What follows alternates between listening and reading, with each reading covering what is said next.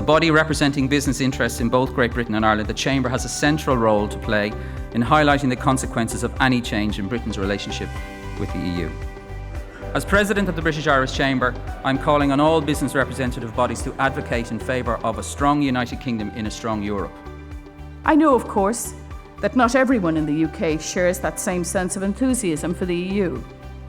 My colleagues and I across the Irish Government are very much aware that there are concerns, felt deeply by many, about the direction and focus of the Union.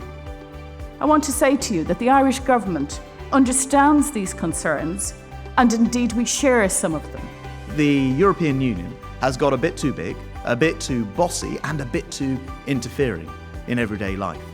No, this can be a Europe which is dynamic, which is entrepreneurial, in short, which follows the Irish and British models. We really need Europe as a supranational, quasi-federal entity. And if you look at the United States, you don't have the White House dealing with that level of detail.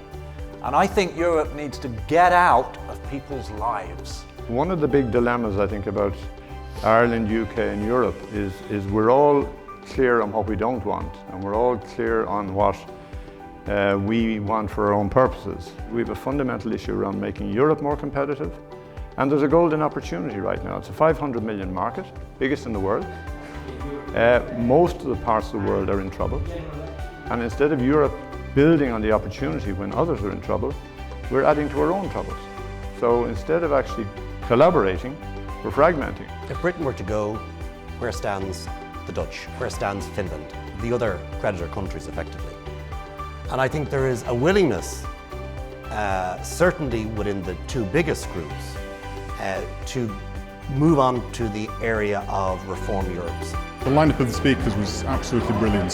To see representation from the world of politics, from the world of diplomacy and the world of business was absolutely fantastic, and all at the highest quality. Tremendous. I thought it was an extraordinary conference. I certainly thought that the lineup of speakers were very engaging in the topics they discussed. The relevance to the business, really, from a public and local perspective, from policy right through to telecommunications to internet economy, which is what my business is all about. I found that they tackled some very, very contentious areas. Finance, in terms of financing for organisations, companies that we would support, and of course the whole big question around EU and the UK membership and any threat to that in the future. So it was specifically wide, diverse, interesting and informative.